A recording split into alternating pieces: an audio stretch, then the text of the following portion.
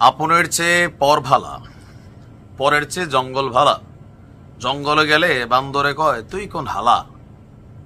যখন আমরা ছাত্রদলকে নিয়ে সমালোচনা করছি, ছাত্রলীগকে নিষিদ্ধ করা হয়ে গেছে, আমরা ভাবছিলাম যে প্রশংসার জায়গায় অন্তত একটা দল থাকুক, সেটা হচ্ছে ছাত্র শিবির।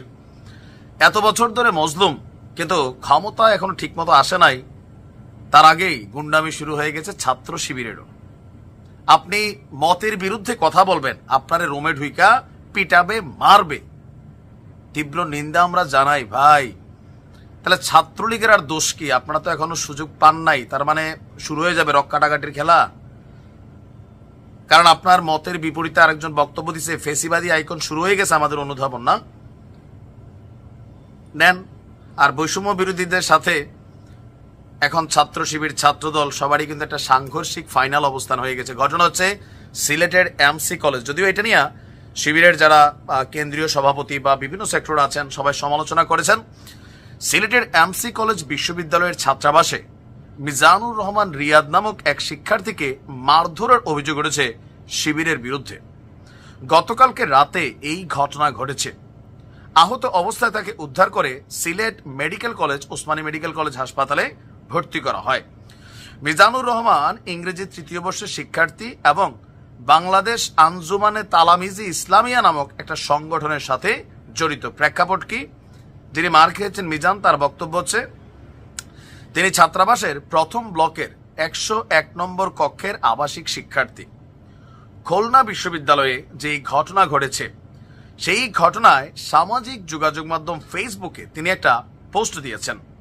তাতে আগের এবং বর্তমান সময়ের তুলনা করেন। শেখ হাসিনার আমল আর বর্তমান আমল, এটা নিয়ে গতকালকে সারা বাংলাদেশি তুলনা করছে, তো তিনিও করছেন। এই প্রতিক্রিয়ার জেরে শিবিরের কর্মীরা রোমে ঢুকে কোনো কিছু বলার সুযোগ না দিয়েই তাকে বেধড়ক পিটিয়েছে, আহত করেছে মর্মান্তিকভাবে। রিয়াদের রুমমেট বাংলা বিভাগের মাস্টার্সের শিক্ষার্থী বলছেন, রাতে ঘুমানোর সময় দরজায় ধাক্কা দেওয়া হয়। দরজা খুলে দিলে সিলেট এমসি কলেজ ছাত্র শিবিরের সেক্রেটারি জওহর লুকমান মুন্না সহ 10-12 জন শিবিরের কর্মী রুমে ঢুকে। তারা রিয়াদকে একের পর এক চর, থাপ্পড়, লাথি, ঘুষি মারতে থাকে। এক পর্যায়ে পাশের রুম থেকে রড নিয়ে রুমে প্রবেশ করে নাজমুল এবং সালমান। রিয়াদের রুমমেট জুনায়েদ এগিয়ে এলে তাকেও মারধর করে রুমের বাইরে বের করে দেওয়া হয়। দরজা লাগিয়ে রড দিয়ে বেধড়ক পিটানো হয় রিয়াদকে। অভিযোগের বিষয়ে সিলেট মহানগর ছাত্র শিবিরের সেক্রেটারি বলছেন, 2 শিক্ষার্থীর মধ্যে কথা কাটাকাটির জেরে মারামারির ঘটনা ঘটছে। দলীয় নেতাকর্মী যুক্ত কিনা তা খতিয়ে দেখছি। এটা খতিয়ে দেখা পাবেন না। বাংলাদেশ কোথায় যাবে? 3 দিন আগে মজলুম, এখন অত্যাচারিতে পরিণত হয়ে গেছে। ছাত্রদলের অবস্থা মোটামুটি বিভিন্ন জায়গায় সেম।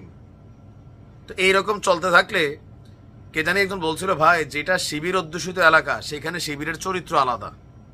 তার মানে ঘটনাটা সত্য নাকি?